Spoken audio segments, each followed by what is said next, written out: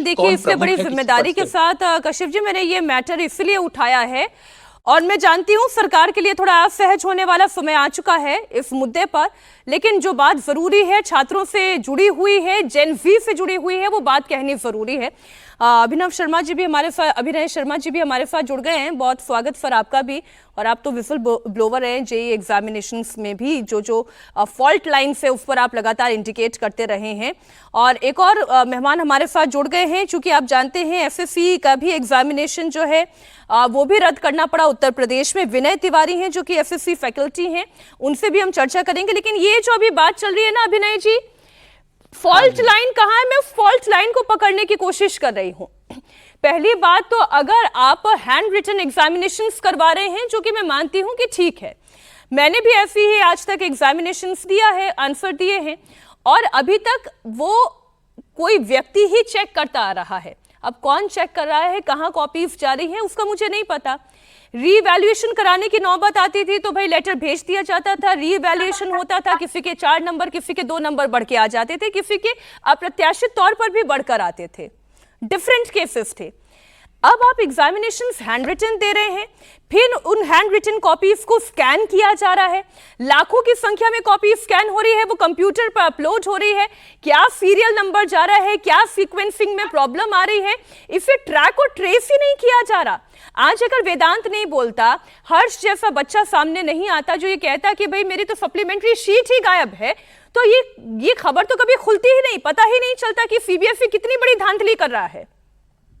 वही जो सीबीएसई जिसको मतलब इतना बड़ा माना जाता है देश पे, जो हमारे बेसिक एजुकेशन के लिए पूरी तरीके से जिम्मेदार है, अगर वो इस तरीके की चीजें करेगा तो इससे ये पता चलता है कि सरकारें थी जिन्होंने शिक्षा के मूल्य को समझना बंद कर दिया था। आज सेम हालत सीबीएसई की भी दिख रही है कि उसको भी इससे बहुत मतलब नहीं है कि किसको क्या रिवार्ड देना है, उसकी वैल्यू खत्म हो गई है। और जब कोई सवाल पूछने आएगा, जैसे कासिफ भाई ने कहा, तो आप कह देंगे कि वो पाकिस्तानी है। आज आप देश में सवाल पूछेंगे तो पाकिस्तानी घोषित कर दिया जाएगा।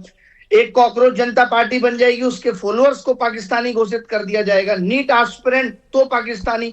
मतलब मेरी ये समझ में नहीं आ रहा कि इस देश में कोई हिंदुस्तानी बचा है कि नहीं बचा है। और मैं तो, आप मीनाक्षी बहुत बहुत शुक्रिया आपका कि आप इस चीज पे आवाज उठा रही हैं, इस एजुकेशन सिस्टम में जो खामियां है उस पर आवाज उठा रही हैं।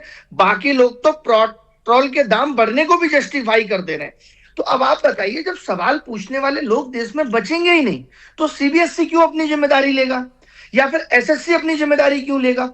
आप सोचिए कि आज एसएससी जीडी में इतने सारे प्रॉब्लम है। आज आपके सामने एक वीडियो आया होगा कि एक लड़की रोते हुए कह रही है कि हम इतनी मुश्किल से अपने घर से आए और हमें एग्जाम देने नहीं दिया जा रहा, क्योंकि इन्होंने सोच लिया 600 लोग हैं, ठीक है 400 की व्यवस्था कर लेते हैं, 200 तो एब्सेंट हो ही जाएंगे। इनको नहीं पता देश में कितनी बेरोजगारी है, जहां पियोन की नौकरी के लिए पीएचडी वाले फॉर्म भर रहे हैं। ऐसे हालात में अब आप सोचिए कि अगर आप यूपी कांस्टेबल में ये कह देते हो या यूपीएसआई के किसी एग्जाम में ये कह देते हो धांधली हुई है, तो यूपी का आयोग कह रहा है कि हम एफआईआर कर देंगे, और एफआईआर हो गई। आपको पता हो तो कई शिक्षकों के खिलाफ एफआईआर हो गई। यानी कि अगर हम किस बेहाव पे बोलते हैं, हमें क्या पड़ी है जो हम कहते हैं कि नकल हुई है साहब, गलत हुआ है, हमें तो बच्चे ही आकर बताते हैं। वीडियो सोशल मीडिया पे आते हैं कि देखिए सिस्टम हैक किया जा रहा था, उसी चीज को टैग करते हैं, हम आवाज उठा देते हैं। अब अगर आवाज को इस तरीके से दबाया जाएगा तो जो एजुकेशन सिस्टम के अभी के हालात हैं, आगे आने वाले तो और खराब होने वाले हैं। मैं इसलिए देखिए, मैं फिर ये कह रही हूँ कि हम इसलिए इस विषय को उठा रहे हैं, और मेरे कार्यक्रम का नाम राजधर्म इसलिए ही है कि जो धर्म है उसका पालन हमें करना होगा। पहली बात तो ये।